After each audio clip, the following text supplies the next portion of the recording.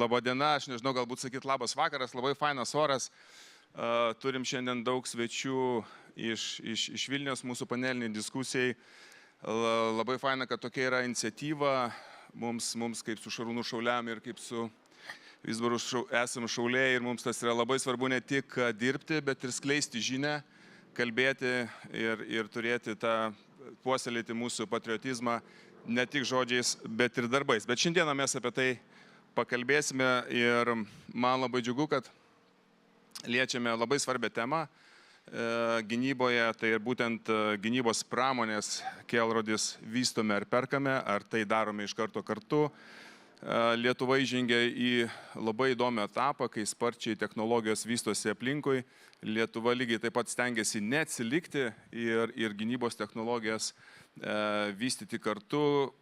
Šiandieną galbūt skaičiuojame yra apie 85-90 įmonių, kurios yra registruotos gynybos rytyje, bet iš tikrųjų veikiančių galbūt kolegos galės patikslinti aktyvių, kurios dirba su tarptautiniam įmonėm, manau, kad yra apie 30. Na ir generuojamos pajamos siekia netoli milijardo, bet dar tik tai pradžia ir įmonės, kurios šiandien užaugo, šiandien kalbėsime ir apie sėkmės istorijas, iš tikrųjų 3-4 metų patirtis, tai dar kol kas tikrai labai maža patirtis, bet jau darom žingsnius į tarptautinės rinkas. Tai šiandien apie tai pašnekėsime ir man džiugu matyti su mumis Vitalija Zumerienė, krašto apsaugos viceministrė, kuri kuruoja būtent gynybos technologijų įsigijimus, taip pat ir atsakinga už gynybos bei saugumo pramonės vystymą Lietuvoje. Visiems labai gerai žinomas Šarūnas Jasiukevičius, nulipo užlipo ant scenos. Tu buvai pristatytas kaip visuomenininkas, bet puikiai žinau ir tenka kartu dalyvauti renginiuose, kad esi ir brolis Šaulys, ir Unmanned Defense Systems, UDS kompanijoje dirbi, testuoji technologijas ir instruktuoji, kaip elgtis su žvalgybiniais arba fiksuoto sparno dronais. Ukrainoje šiandien apie tą gynybos technologijas ir vystymą ir testavimą taip pat pasišnekėsim. Labai džiugu, kad šalia manęs irgi yra Vidmantas Janulevičius, Bot Group įmonių grupės įkūrėjas ir savininkas ir Lietuvos pramonininkų konfederacijos prezidentas. Na ir taip pat, kaip norėjau sakyti, sėkmės paukštis, bet aš žinau, kiek ta sėkmė jam kainavo, tai Augustinas Vizbaras, brolis Semiconductor, vienas iš įkūrėjų ir lygiai taip pat, kaip ir minėjau, brolis Šaulys. Tai sveiki atvykę, labai džiugu, kad didžioji dalis, kaip ir minėjau, atvyko iš Vilniaus. Tai galbūt pradėsim nuo to, kad labai daug įvykių čia keletą savaičių vyko. Aš kalbu Lietuvos mastu, taip pat ir Latvijos, Estijos ir Irano politikas, ties Amerikos žmonės jaudinasi, yra nerimo ne tik visuomeniai, bet ir daug signalų ir konkrečių pramonė, ypač logistikos srityje, produktų judėjimo. Tai kalbant ir einant toliau apie gynybos technologiją, galbūt nusistatykime, kur mes šiandien esame, kokia šiandien yra ta situacija ir būtų labai įdomu pažvelgti iš jūsų pozicijų, ką mes šiandien turime, ne, ir kokiam taške esam, nes tik nuo to, kai vardinsim, kur esam, galėsim planuoti, kur vystyti technologijas, kur link vystyti Lietuvos technologijas, esant Baltijos ir Šiaurės šalių kontekste ir Europos kontekste. Tai gal pradėsiu nuo gerbiamo Vidmanto, kaip jūs matote tą gynybos pramonę, kur mes šiandien, kokia mūsų šiandieninė situacija? Jo, labas vakaras, laba diena, džiaugiuosi tą iniciatyvą, kuri čia yra, tikiuosi žmonių matosi, renkasi daugiau. Ir džiaugiuosi ir Kauno krašto pramonininkų asociacijos prisidėjimų prie renginio ir aplamai visų atsparumo renginių. Tokių renginių reikia tikrai daugiau. Tuo labiau ir kariuomenės atstovų yra, matau, jaunimas domisi sparčiai ir ginklais ir visko, aš matau gerą kryptį. O kalbant apie šiandieną apie pramonę, apie karinę pramonę, tai aš sakyčiau, Lietuva turi kokie apie 20-30 įmonių, kur visoje Europoje ir gal net visam pasaulyje mes pradedam lygiai taip pat kaip ir visas pasaulis. Tai yra tie patys dronai, tai yra elektroninės kovos priemonės prieš tos pačius dronus, tai yra lazeriniai įrenginiai, kurie gali, reiškiasi, užvesti per droną ant taikinio irgi. Tai ta prasme, aš manau, kad mūsų išskirtinumas šiandien dienai jo kaip tokio nėra ir mes visi, kas yra gerai, startuojame nuo to paties puslapio. Nes kitų šalių stipriai nuėjusi į priekį šitose srityse nelabai daug yra. Ir manau, mes tikrai galime išvystyti, ta prasme, teisingas technologijas, elektroninės kovos technologijas, skaitmenos technologijas, tos, kurios dabar yra būtinos būtent čia. Tuo labiau su tais pačiais lazeriais tikrai esame toli nuėję.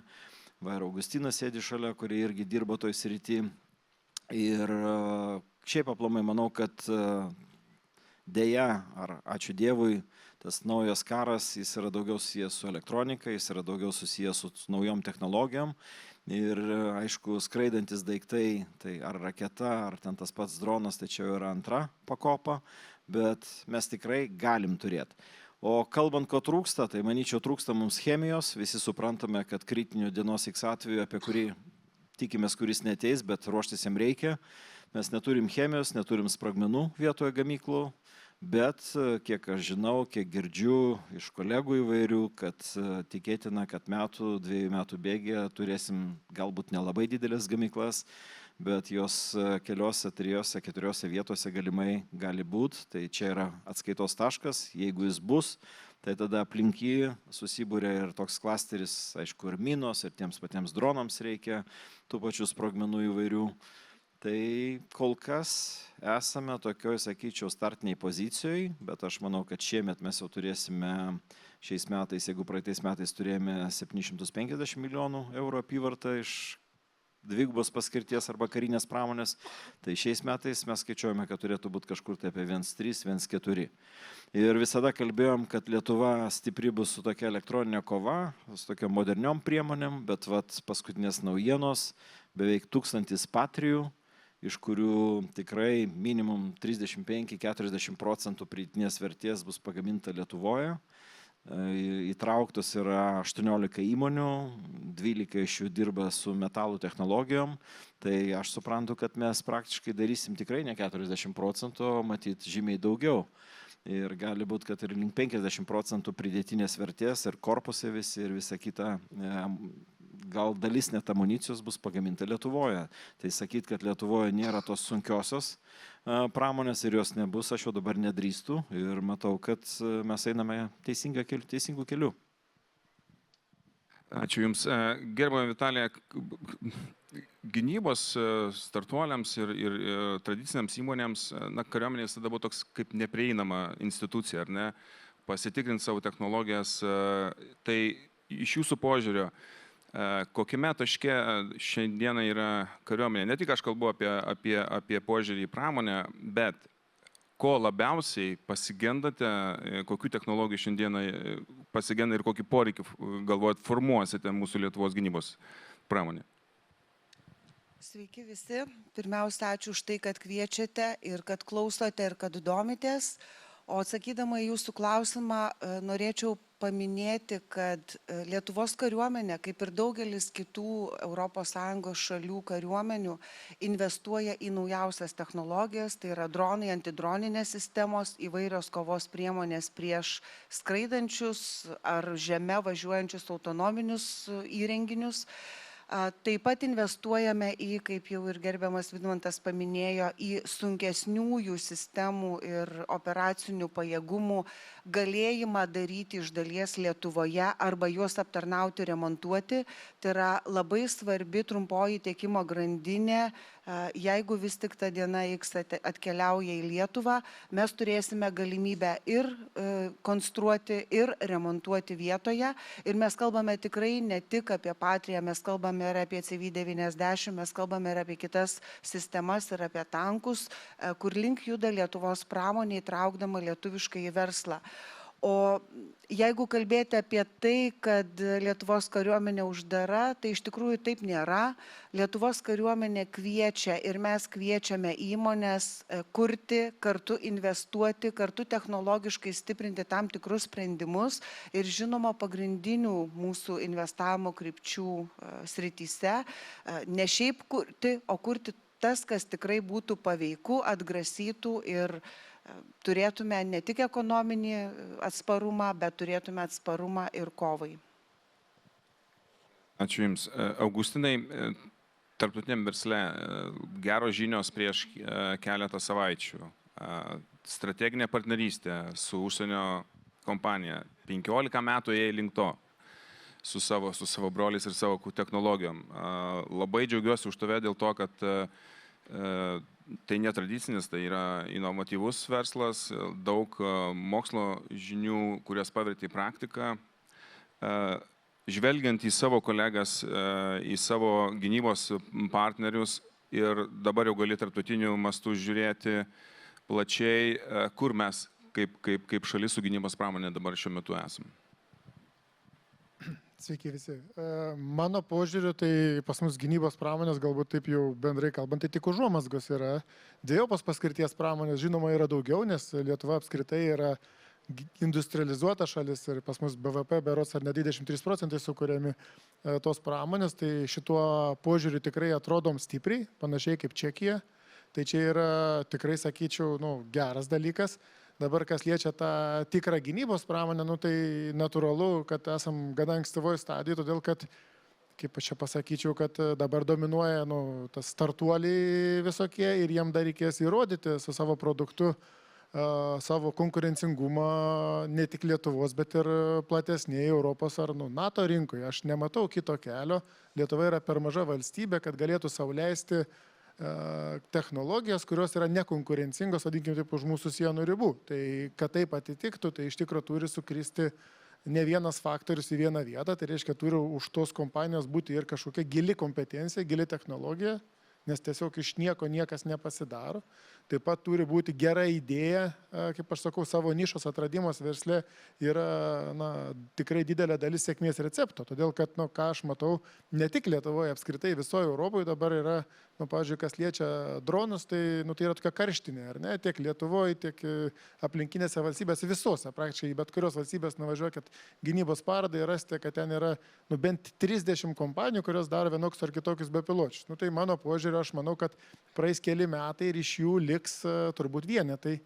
Tai ir manau, kad platesnių kontekstų, tokio kaip Europoje, tai bijau, kad irgi tokių žaidėjų reikia turbūt maks 5. Vadinkite taip, kurie bus konkurencingi. Tai ta tokia, kaip čia pasakyti, žiauri kova, jinai tikrai įvyks, bet tame yra ir geras aspektas, kad tie, kas išgyvens, tai tikrai turės konkurencingą produktą. Tai aš manau, kad Lietuvos požiūriu tai turėtų, aišku, būti šioks toks dėmesys tam, kad bent viena iš tų, kaip aš sakau, hipotetiškai 5 įmonių būtų Lietuvos įmonė, ar ne, kažkuri. Mes tam potencialo šiaip visai turim, manau, nes, kaip sakau, pas mus ta inžinierinė pramonė yra pakankamai stipri. Pas mus tas, kaip čia galbūt, visuomenės požiūris į gynybą yra stiprus ir šiek tiek kaip čia sukeltas, tai mes galim pritraukti gerus, talentingus darbuotojus į tai. Tai šitie faktoriai yra geri, turbūt gal dar pasigėščiau aš tos tokios strategijos ir aiškumo, to horizonto ilgalaikiškesnio, vadinkim taip, kaip realizuoti, pavyzdžiui. Tai aš sutinku, pavyzdžiui, kariuomenę, tai tikrai galiu pasakyti, kad per tą 15 metų, kiek mes toje pramonėje žaidžiam, jinai tapo daug atviresnė. Šiandien dienai tikrai ginčičiausi su bet kuriuo, kuris sakytų, kad ten neįmanoma testuotis ar taip toliau. Tikrai įmanoma, yra ir oficialūs keliai, kaip tai daryti ir tai noriai daroma. Turbūt sudėtingesnis dalykas yra, kaip sakau, to vietinio gamintojo, kaip čia jam suteikimas tam tikrų kreditų. Ir tai iš tikrųjų vyksta visoje Europos Sąjungoje, nuo Belgijos, Danijos, Švedijos, Suomijos, kur dabar grįžau ką tik iš Kanados, čia ne Europos Sąjunga, bet NATO platesnėje prasme. Tai jų strategija yra, kaip sakyti, 3 punktai. Build, partner, buy. Tai Lietuvoje bijau, kad šiandieną vis dar yra buy ir tik tai build yra kokiai 3 vietoj. Tai aš manau, kad tas turi keistis, nes kuo daugiau pinigų mes liejame gynybos tą segmentą, nuo to paties BVP 5 procentai yra labai didelė pinigų suma Lietuvai, tai tikrai turim žiūrėti, kad maksimali tų pinigų dalis liktų Lietuvoje. Aišku, kaip sakau, tai neturi būti taškymasis pinigų, tai turi būti prasmingai leidžiami pinigai, bet ta pastanga ir iniciatyva tikrai turi atsirasti ir tas atsiradimas turi būti, kaip sakau, turi būti kažkokie bonusai tuose pačiuose viešuose pirkimuose. Aš nieks neprašo tenais 100 procentų, bet duokit bent 10 procentų arba kažkokių papildomų balų. Ir aš žinau, kad kartais yra argumentuojama ES direktyvom, bet tikrai su tuo nesutikčiau, nes kažkaip kitos ES valstybės tą puikiai implementuoja ir daro. Nuo Danijos, Belgijos ir kitur. Mes Belgijų konkursą laimėjom negaudami papildomų balų. Bet mes nugalėjom. Tai reiškia, mes buvom konkurencingesni, kad sugebėjom tą deficitą nukonkuruoti. Bet kokiu atveju tie belgų įmonė, su kuria konkuravom, ar ne, jinai turėjo tačiau tokį pranašumą. Tai mes manau, kad vien tik to jau pakaktų ir būtų geras stimulas tiem startuoliam ir pinigų ieškotis, nes jie visi matytų ir investuotojai aiškesnį horizontą, kad reiškia, taip galim gauti tą kontraktą, ar ne, kad jeigu aš turiu gerą komandą, gerą technologiją, tai aš galiu gauti tą pirkimą. Tai tokių dalykų dar pas mus labai trūksta. Šarūnai, pats dabar aktyviai dirbi, treniruoji fixed-wingą, kaip mes kalbam. Procentaliai, žvelgiant dabar į Ukrainos dalį, gynybinę technologinę dalį, kaip pasiskirščiusios technologijos kare, ne? Kur labiausiai kreipiamas dėmesys ir kur skatinimas technologijos kurti Ukrainoje?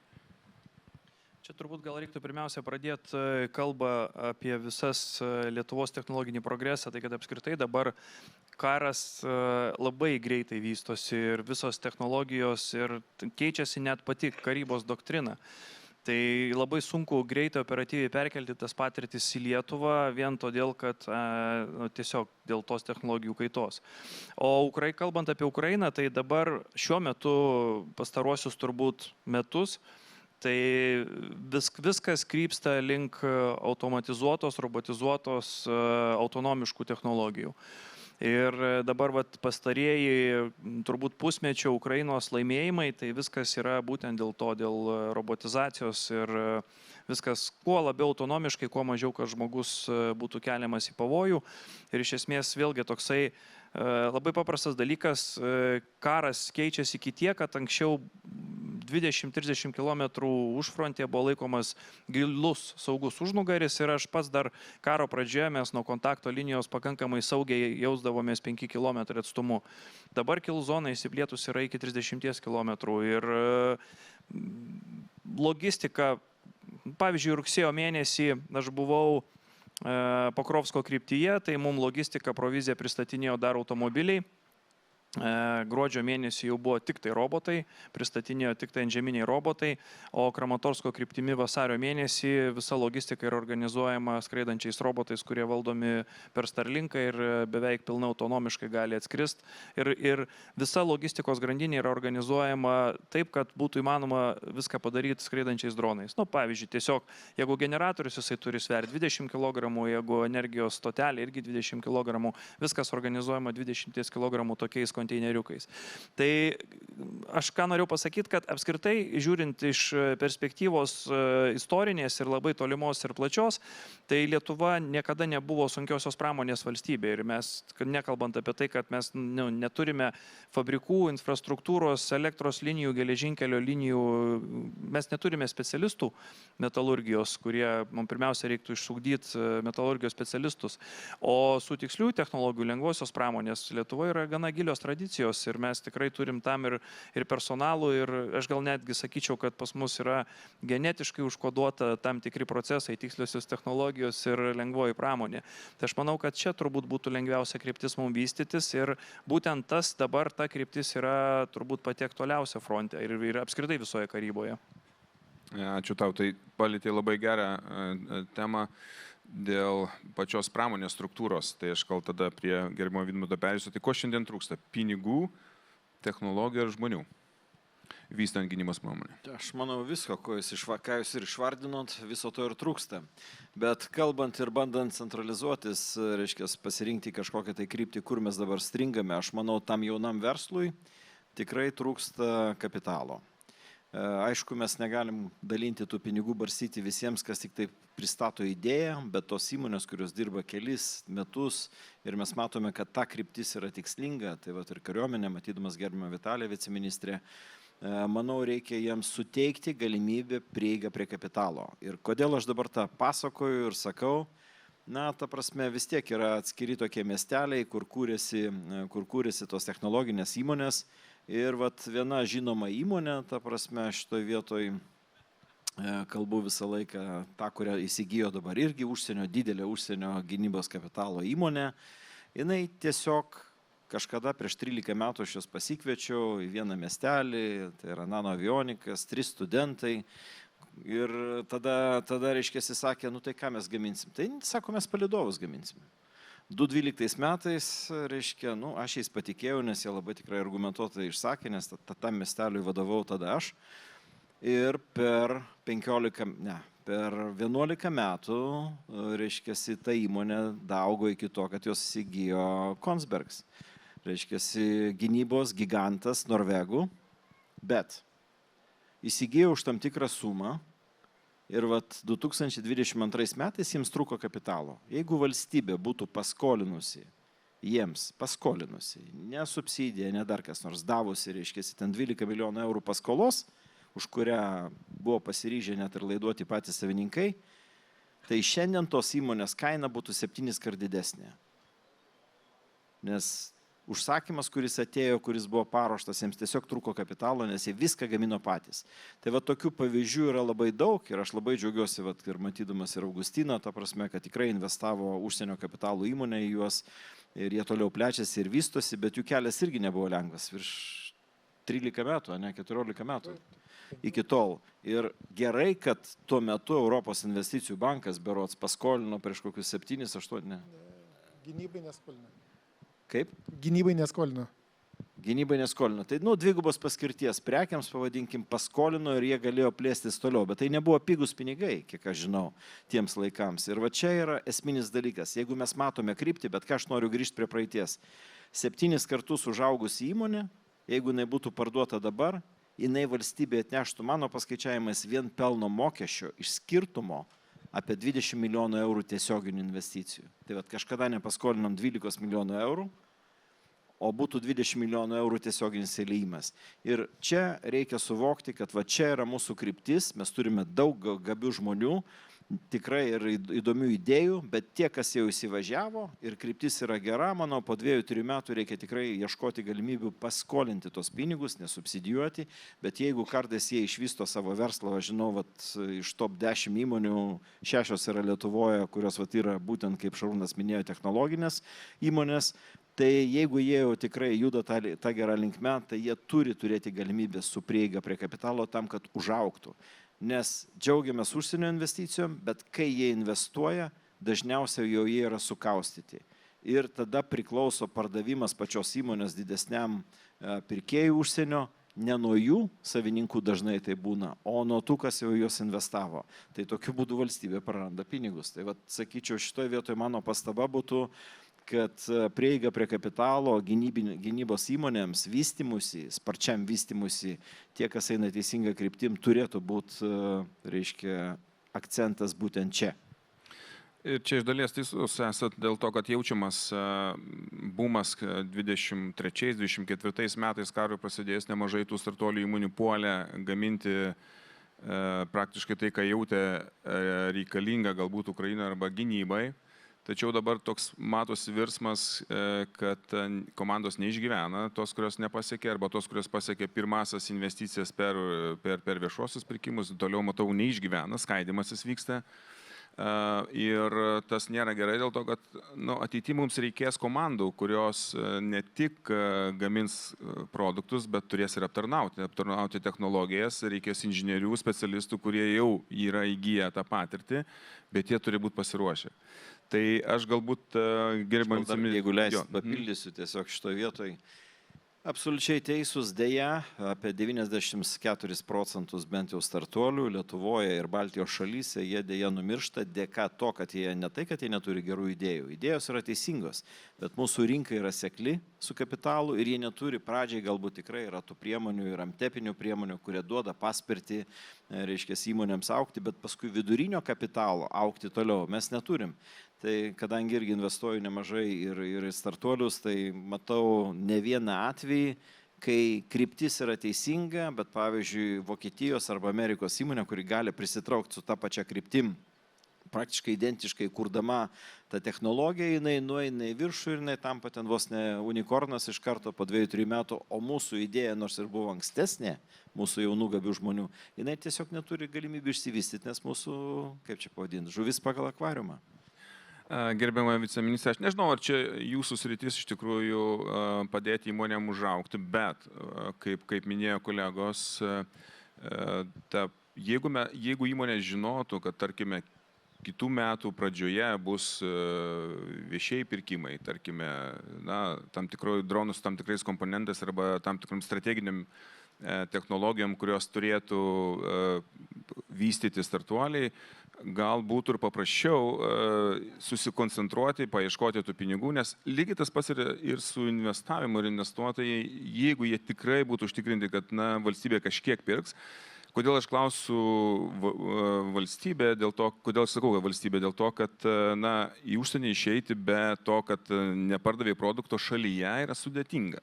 Ar ne, nieks nepatikės tavim. Tai gal galėtumėt kažkiek jau papasakoti, matėm visi iki 30-32 metų gynybos technologijų pirkimus, kiek būtų kryptis Lietuvai, ar ne, procentaliai ir kokiom kryptim, tai yra technologiniam kryptim bus skirti viešieji pirkimai? Tai aš pakalbėsiu ir apie viešuosius pirkimus, ir apie sritis, ką mes iš tikrųjų energingai darome ir labai tikime tomis sėkmės istorijomis. Tai pirmiausia, pritraukdami tarptautinės įmonės į Lietuvą, mes norime, kad stiprėtų mūsų mažesniosios įmonės ir kad jos būtų įtrauktas pilnai į gamybinės ir tiekimo grandinės. Aš kalbu ne tik apie gynybos pramonės įmonės, aš kalbu ir apie įvairią apdirbamąją gamybą, kuri yra reikalinga tam, kad gimtų galutinis produktas. Tai čia yra viena iš stambesniųjų krypčių, kur tikrai ateina į Lietuvą nemažos investicijos ir jos jau yra skaičiuojamos 10 milijonų eurų. Vadinasi, toje rinkoje pradeda žaisti ir mūsų metalo apdirbimas, ir plastikas, ir elektronika, ir kiti dalykai. Viena dalis. Antroji dalis, mes skatiname augti ir startuolius, ir mažesnėsias įmonės. Jau startuoja antrą kartą Mil Invest, tai yra rizikos kapitalo fondai, kurie bus administruojami ir tame fonde pirmuosius žingsnius finansiškai galės žengti tiek įmonės, kuriam reikia akceleracijos pirmosios, tiek ir įmonės, kurios jau turėtų plėsti savo gamybą tam, kad galėtų išpildyti vieną ar kitą užsakymą. Ir pabaigai mes tikrai komunikuojame verslui, kur link mes norime investicijų ir matyti technologijų, ir matyti pažangą, ir matyti pačią didžiausią vertę, kurią gali sukurti mūsų technologinės įmonės. Kaip jau ir minėjau, dronai, antidronai, įrangos įvairūs aptarnavimas ir dalinis montavimas, dar investuosime ir į jūrų technologijas. Tai amunicija, sprogmenis taip pat yra sritis, į kurią dabar reikėtų investuoti ir jeigu turite idėjų, jeigu startuojat, reikia dabar startuoti. Tai 4 sritis ir finansavimas galimas per Mil Investą, galimas per ILTE kaip paskolos arba grąžintinos subsidijos. Ir kiek žinau, Ekonomikos ir inovacijų ministerija ketina paleisti visiškai naują priemonę, kuri bus skirta gamybos pramoniai, stiprinti, tai yra technologiniams procesams skatinti ir juos kurti, generuoti. Ir antroji tos priemonės dalis turėtų būti bandomosiom partijom mum įsigyti tų sukurtų technologijų. Tai galimybių yra, reikia domėtis ir tikrai yra energingai ir dirbama tomis kryptimis. Daug visko pasakėte, o pinigais, piniginė išraiška, kiek čia tų pirkimų būtų skirta Lietuvai? Kurių būtent technologijų, kuris minėjote, yra antidroninės sistemos, ryšio sistemos, jūros, paviršinės, povandeninės sistemos. Iš tikrųjų, tą, ką mes startuojame dabar, tai yra pirmieji pirkimai skirti divizijai, tai matyt, tų jau nebereikia minėti, nes tai yra jau ir suplanuoti pinigai ir padaryti, bet visa kita tikrai bus skaičiuojama dešimtimis milijonų. Turėsim ką veikti. Šarūnai, dirbęs su, kaip ir sakiau, su FixWingu technologiškai, matai situaciją, kaip vystosi pačioj Ukrainoje. Tai ko mes galim, žiūrėkit, pradedant 22-23 metus, kaip mūsų startuolių įmonės vystosi ir gynybos įmonės vystosi, praktiškai per 24 mėnesius yra taip greituoju būdu sukūrima technologija ir gaunama investicija. UDS biški šiek tiek ilgiau dirbo, dėl to, kad žinau, kad pirmieji dronai Ukrainoje visai nepakilo, ar ne, dėl ryšio blokavimo. Tai mes nelabai, aš manau, kad turim laiko, kaip Augustinas, 12-15 metų vystytis, nes tai yra, aišku, stipri technologija. Kaip tu galvoji, iš Ukrainos dabar patirčių, kaip mus tas technologijas paskatinti kurti greičiau, ar ne? Nes dronai skrenda čia keli, gali jų daugiau skristi, mums reikia jau pasiruošti. Aš galvoju, kad pirmiausia, mes kaip piliečiai ir turbūt politikų rankomis turim visi suvokti, kad karo technologijos dabar vystosi labai dideliu greičiu ir mes kaip valstybė turime prisimti riziką dalį, nes mums kaip valstybei strategiškai reikalinga, kaip minėjo viceministrė, čia Lietuvoje turėti pilną tiekimo grandinę ir turėti pilną gamybą. Tiesiog strategiškai saugiau yra viską gamintis Lietuvoje ir čia galbūt netgi decentralizuotai. Tai kadangi tai yra valstybė reikalinga strategiškai, tai ir valstybė turėtų šiek tiek irgi investuoti ir prisimti riziką. Ir mes kaip visuomenė turim irgi suprasti, kad jeigu valstybė net ir ne visai tikslingai išleis dalį pinigų, tiesiog prisims riziką ir investuos, galbūt ar organizuos pirkimus tokių dalykų, kurie nepasiteisins, nes technologijos vystosi labai greitai. Tai mes turim suprasti, kad taip gali nutikti. Ir kitas dalykas, vėlgi, remiantis tom pačiom technologijom, mes kaip kariuomenė ir kaip visuomenė turim suprasti, kad kariuomenė nėra baisu ir nėra blogai nusipirkti dalykų, kurie galbūt jau rytoj bus technologiškai pasenę, nes mes turim ruošti karius, turim treniruoti personalą ir daugelis tų dalykų jie tiesiog bus sunaikinti. Jeigu net kalbam apie tos pačius FPV dronus, tai nėra bėda jų nusipirkti dabar, žinant iš anksto, kad jie galbūt po metų bus nebeaktualūs ir bus pasenę, nes mes per tos metus kariam reikia atiduoti ir tegu jie treniruojasi, tegu juos visus sudaužo. Tai mes tiesiog didinsim apyvartą. Ir kitas dalykas, tam, kad išlaikyti čia Lietuvoje visą tą tiekimo grandinę ir kurti verslus čia Lietuvoje, mažintant riziką, tai mes irgi turi valstybė pirkti iš tų verslų, nes jeigu įsikūrė įmonė, gauna pinigus startuolis, paskui antrame etape vėlgi gauna pinigus kaip startuolis, tada jau trečiame etape jau gali kažką pasiūlyti ir paskui valstybė sako, taip, jūs esat šaunuoliai, jūs mums esat labai reikalingi čia, nes mums reikalinga tokių įmonių, bet mes iš jūsų nieko nepirksim. Tai kaip jūs galvojat, kiek šansų yra tokia įmonė išlikti? Ir iš tikrųjų yra tokių įmonių, kurios kaip ir galėtų būti vystytis, jeigu valstybė pirktų. Ir ką ir tu sakei, kad išeiti į užsienio rinkas taip labai reikalinga, labai svarbu, nes Lietuvos rinka yra labai maža. Bet išėjus į užsienio rinkas, pirmas klausimas visą laiką būna, kokiuose kariuomenėse yra jūsų įranga. Ir mes tada pasakom, taip, ten yra Ukrainos kariuomenė, visi sako, taip, tada mes tikime jumis, o kodėl jumis netiki Lietuvos valstybė, kodėl Lietuvos kariuomenė nėra apginkluota tomis technologijomis. O mes tada sakom, kaip ir neaišku, nes nežinom, politikai priėmė sprendimą, kad dabar yra per daug rizikinga įsigyti tokius dalykus ir jų tiesiog neperka. Tai tos įmonės mažai šansų, kad jos išgyvens ilgai, net ir jeigu jos perspektyvios bus ir su tikrai labai gerais produktais. Tai aš turbūt finalizuot norėčiau pasakyti, kad mes kaip visuomenė turėtumėm įgalioti politikus truputėlį prisimti riziką mūsų visų vardu ir suprast, kad iš tų visų, kad reikia ne tik pirkti, bet reikia ir investuoti, paskui reikia pirkti, bet iš tų visų nupirktų ir investuotų dalykų, mažiausiai 10% gali būti pinigai išleisti veltui arba tiesiog išvaistyti vien dėl to, kad kažkurios technologijos nepasiteisins. Tai reikia tą riziką prisimti ir visiems suprast, kad mes investuojam į strateginį savo saugumą. Šarūnai, ar tu gali trumpai papasakoti, kaip tau pavyko parduoti, aš žinau, kad jau pirkimai yra įvykę, koks ten kelias yra Ukrainoje parduoti technologijas? Jisai yra kitoks negu standartinis, bet... Pagrindinis dalykas tai yra, jeigu kalbant apie dronų technologijas, tai yra koviniai skrydžiai, tikro mūšio sąlygomis. Ir jeigu pradžioje yra bandomieji poligonuose bandymai, sukuriant šiek tiek artimas mūšių sąlygas, jeigu tie testai yra praeidami. Tai bet šiaip kalbant, čia vėlgi yra skirtingi, Ukrainoje yra kitokia įsigijimo sistema, ten yra decentralizuota. Tai vienas yra dalykas, kas yra perkama centralizuotai valstybė, bet kiekvienas karinis dalinys turi savo biudžetą. Ir pavyzdžiui, jeigu tai yra produktai, kurie yra kuopai, ten batalionui, brigadai, tai brigada, pavyzdžiui, turi savo finansavimą ir gali savarankiškai pirkti. Tai pas juos labai paprasta, važiuojam į nulį, bandom ir jeigu tai parodot, kad veikia, tai mes tada perkam ir viskas. Čia vienintelis klausimas, arba taip, arba ne. Nulis, tai apie frontą kalbame. Kontakto linija yra nulinis atskaitos taškas. Jūs norėt, Vidmantai? Aš gal labai trumpai norėjau papildyti tik tai Šarūną šito vietoje, kad pastaruoju metu ir Ukraina išsiplėtė ant tiek, jos pramonė yra beveik 1000 dronų gamintojų ir iš jų kokie 100 yra tikrai labai rimtų ir aš matau, kad pastaruoju metu ta pati Ukraina jau nenori pirkti ir lietuviškų dronų arba šiaip jau už dyką, aišku, paimtų. Ir tada va tos karinės, kadangi tų įmonių daug ir jos pradėjo konkuruoti netgi ir tarpusavėje ir jos išeina visur kitur. Tai mes turime turėti galimybę, kad Lietuvos kariuomenė įsigytų, nes tai yra vėlgi, nors ir bandomąją partiją, nors tai yra bilietas, pavadinkim, loterijos bilietas, kurį tu gali išnaudoti ateityje. O antras dalykas, jeigu mes perkame vietinę produkciją, tai 35%, nuo 35 aš skaičiau, iki 38% grįžta atgal valstybei mokesčių pavydalų, nes tai yra ir pajamų mokestis, ir sodra, ir kiti dalykai, kurie vėlgi, jeigu mes nuperkam iš išorės vien tik tai tokiu atveju tie pinigai visi išnyksta. Vat ką Augustinas kalbėjo, tai tik tiek.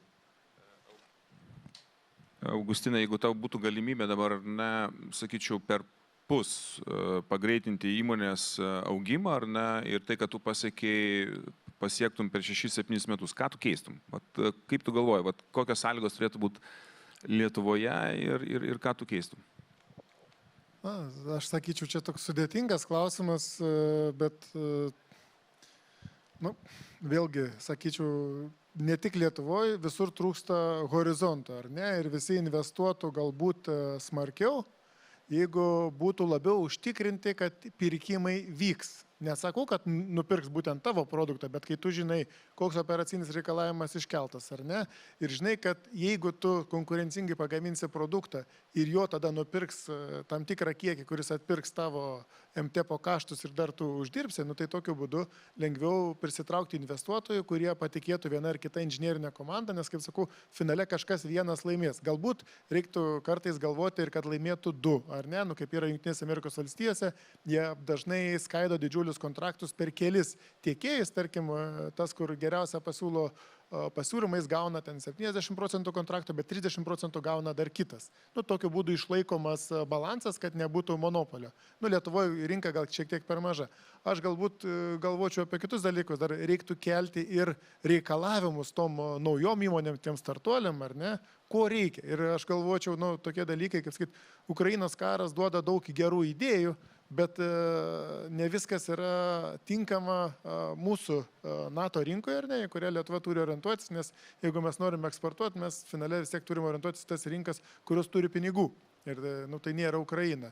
Tai šiuo atveju reikia, manau, kad spausti į europinė tiekimo grandinė, kad jeigu startuolis jisai keliasi pinigus, jis turi irgi galvoti apie tą, kad bus europinė tiekimo grandinė, nes tokiu būdu tu tada iš karto tampi tinkamu ir kitoms NATO valstybėms tavo produktai. Ir čia šituo atveju buvo Lietuva ta pati labai nenuosekli, nes dronams buvo atidarytos durys kinietiškiam komponentams ten kelis metus dar praeitoje vyriausybei, kurios tik užsidarė, jeigu neklystų perdai.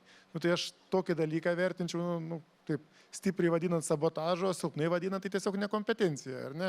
Tai tokie dalykai, jie tikrai nepadeda tai pramoniai vystytis, nes jie sukuria galimybę atsirasti įmonėm, kurios, kaip čia nebūtinai sąžiningai kūrė technologijas, arba jų galbūt iš vis nekuria, o jas tik įveža ir perparduoda.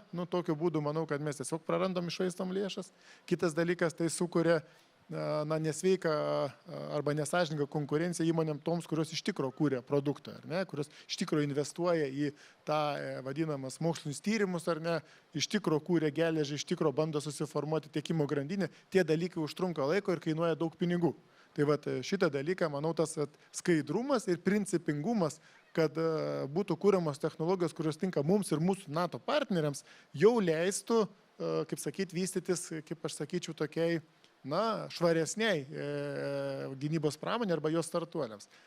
Tai va tokį dalyką matyčiau. Ir kitas dalykas, kaip sakau, reikia suteikti kažkokį tai konkurencinį bonusą tiem vietiniam gamintojam, nes tas pinigų eksportavimas, kaip sakau, jis finale atsilieps labai skaudžiai Lietuvai, leidžiant virš 5 procentų BVP gynybai. Tai tą dalyką galima nuo papildomų taškų vertinimo lentelės arba papildomą kažkokią procentinę išraišką. Tai yra daroma, kaip sakau, pavyzdžių yra ne vienas, aš pats su to susiduriu, tai kaip sakau, beveik kiekvienoje rinkoje ir yra absoliučiai normalu, kad ten Danija, jinai preferuoja savo daniškas įmonės, Švedija preferuoja švediškas įmonės, Belgija belgiškas, Kanada kanadiškas. Tai Lietuva po šiai dienai to nedaro, tai aš kaip ir sakyčiau, jau labą dieną, bet laikas daryti. Jeigu mes norim iš tikro tos pramonės, kad jin čia formuotos ir matytų jinai, aišku, tą kaulą, kad reiškia, apsimoka investuoti į šitą sritį ir gauti užsakymus. Aš matau, kad jau laikas mūsų eina į pabaigą, tai paskutinį klausimą užduosiu. Kokie turėtų būti po 5 metų, sakykime, Lietuvos kariuomenė? Kaip jį turėtų atrodyti, kad gynybos pramonė, startuoliai, taip pat mokslas, investuotojai galėtų atvirai dirbti su kariuomenė ir tos technologijos būtų vystomos ta kryptimi, kur iš tikrųjų mes matytumėm ne tik užkardyti tam tikras gynybos spragas, bet lygiai taip pat būtumėm konkurentabilus. Gerbiama Vitalija, gal jūs galėtumėt pasakyti viziją 5 metų kariuomenės? Kokia ji? Jeigu taip atvirai, tai labiausiai, kas yra brangiausia, tai yra gyvybė. Tai Lietuvos kariuomenėje turi gyvybės būti apsaugotos taip, kad jų nebūtų prarasta nė vienos. Tai mes kalbame ir apie modernų karį, mes kalbame ir apie technologijas, kurios padeda neiti į nulinę liniją ir nešvaistyti šautuvų ar dar kokių ginklų. Tai viskas turės būti paremta aukštomis technologijomis ir autonominiais sprendimais.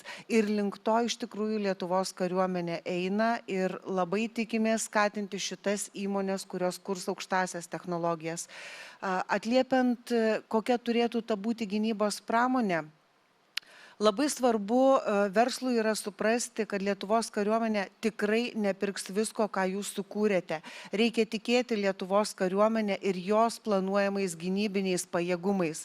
Nebūtinai tas, kas tinka Ukrainai, iš tiesų tiks NATO valstybėms, rytų flango šalims, kur mes esame priskiriami tai didesniai rizikos zonai, reikia įsiklausyti. O tam, kad ir jūs būtumėte išgirsti, ir Lietuvos kariuomenė būtų išgirsta, iš tiesų yra kvietimas jungtis į bendrų technologijų kūrimą, ateikite, demonstruokite savo idėją, demonstruokite prototipus. Lietuvos kariuomenė tikrai pasakys, kur link toliau judėti, ką patobulinti. Tai tokiu būdu mes galėsime visi suremti pečius ir skatinti tiek gynybos pramonę, tiek jausti saugus. Ačiū Jums ir pabaigai galbūt po vieną iš Jūsų sakinį. Lietuva po 10 metų tampa viena rimčiausių gynybos technologijų valstybių. Ką šiandieną pakeistumėt, kad Lietuva galėtų eiti link to? Aš turbūt pirmiausia tai pakeiščiau kertinius kadrus, kurie priima sprendimus gynybos sistemoje, į tos, kur modernesnis požiūris ir kurie supranta šiuolaikinę karybą. Tiek ir priimančius sprendimus ir turbūt didžiąją dalimi patarinčius. Augustinai. Aš gal taip nekeičiau, nes kažkaip vis dėlto tikiu, kompetencijos yra visur ir, kaip sakyti, bet aš sakyčiau, kad mums reikia orientuotis į eksportą. Lietuva yra per maža valstybė ir mes, jeigu mes nesiorientuosim į eksportą, tai mes nebūsim nei Lietuvoje konkurencingi ir tikrai neturėsim čia nieko gero sukūrę viduje. Tai jeigu mes, kaip sakau, tą kiberą nuo galvos nusimsim, nebijosim rizikuoti ir vadinkim taip, tie patys verslininkai, tai verslas yra susijęs su rizika natūraliai, ar ne? Tai irgi nereikia tikėtis, kad kažkas ateis ir vis laik už rankos ves. Turi būti diskomfortas, turi būti rizika. Bet turi būti ir talentas. Ir jeigu bus talentas, kuris sugebės identifikuoti tą tikrą nišą, ar ne, tai jis ir taps to Europos žaidėjų. Mes turim visas sąlygas tam palankės. Nuo kaštų darbo iki galų galę, sakyčiau, tų pačių universitetų ir šiandieninės ekonomikos stiprios. Tai aš tokio, kaip sakyti, to keitimo, sakyčiau, tik tai toliau daryti, tęsti tą, ką darom, vadinkim taip, visos ekosistemos vystymėse, nes mano galva tendencijos yra tikrai per 15 metų gana dramatiškos. Pridėčiau prie to paties prieigos prie kapitalo. Aš savo pradžią prisimenu, su visa pagarba prieš 15 metų jinai buvo jokia, jeigu neneigiama. Ta prasme, bankės sąskaitos negalėjom atsidaryti. Tai šiandien dienai to kapitalo yra Lietuvoje, tai aš tik tai sakyčiau, kad, kaip sakyti, reikia įsisavinti vieną dalyką. Tikrai ne kiekvienas startuolis išgyvens ir kad 94% numirs, taip jau yra toj konkurenciniai kovoj. Ačiū tau. Na ir jūs baigiant. Aš prisidedu prie kolegų pasisakymo šitoje vietoje, tik tai galbūt tas skepticizmas, kuris kartais yra, tai kokia čia ta gynybos pramonė? Žinote tikriausiai, galbūt žinote ir girdėjote, kad Lietuva yra vienintelė ES šalis, kuri negali prekiauti A kategorijos ginklais. Daugiau nieko nėra. Čia, aišku, reikia balanso tarp gamintojo ir prekybos, nes neprekiaudamas tu dažnai nesužinosi, kas yra geriausia.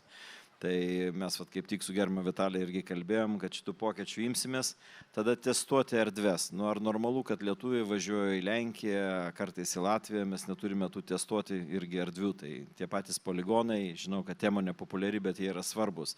Bet reikia suteikti ir privačioms žemėms, tie, kurie turi galimybę testuotis, daryti, gaminti ir visą kitą. O dabar skirtumas yra tik valstybinė žemė arba privati. Čia irgi ponia Vitalija žino. Tai tikiuosi šitie klausimai spręsti su erdvėm skirtom testavimuose. O kalbant apie ateitį, tuos 10 metų, žiūrėkite, buvo fintechas. Lietuviai gyvendino, turim vieną iš sparčiausių sektorių vystymasi nuo 2017 metų. Tada energy techas. Dabar visa Europa žiūri, kaip mes su energetika sutvarkėm nuo nulio beveik iki tam tikrų kitų dalykų. Tai mes tikrai galim būti ir gynybos techas. Ir čia netušti žodžiai, o mes jau praktiškai ir įrodėm. Ir jeigu dar manau, kad įmonės, kurios dažnai rodomas kaip metalų gamintojų įmonės, ten pavyzdžiui, net ir Giraitė yra užkoduota kaip metalo gaminimo įmonė, nors iš tikrųjų yra gynybos, tai aš manau, tie skaičiai būtų dar labiau įspūdingesni. Tai nereikia bijot, reikia judėti į tą pačią priekį, mes turime gabių žmonių, apie kapitalą jau Augustinas pakalbėjo, reikia energetikos pigesnės į ateitį, vėlgi investuojant, kad ta sunkioji pramonė galėtų būti. Kodėl sakau? Čia vienu sakiniu neišeina 8 milijonai tonų, tai buvo pavyzdžiui 8 tūkstančiai tonų, atsiprašau. Bet 8 milijonai tonų tai yra tas pats, nuliai skaičiuojant. Mes išvežam juodojo plieno perdirbto žalio į Turkiją ir grąžinam atgal armatūrą. Kodėl mes to negalim daryti? Galbūt mes galėtumėm ir specialiosius lydinius gaminti čia, pas mus kažkada, palei jūrą, kad mes pataptumėm, kaip Šarūnas sakė, nesam, bet pataptumėm sunkiosios pramonės šalis. Tai viskas yra mūsų rankose, tikėjimas ir judėjimas į priekį. Ir aišku, palaikymas tos pačios mūsų valstybės, kad verslas tai ne kažkas tai, o dažnai reikia ir apdrausti tą vidurinę grandį valdininkų, kurie bijo šiandien dienai priimti sprendimus ir kurie bando nustumti nuo savęs atsakomybės jausmą, dėl to mes kai kur labai ilgai ir judame. Tai ačiū šiandieninės pašnekovams, turėjom tikrai įdomių diskusijų, ačiū mūsų klausytojams, tai norėčiau iš jūsų didelių plojimų ir šiandien baigėme mūsų susitikimą. Ačiū jums visiems. Ačiū.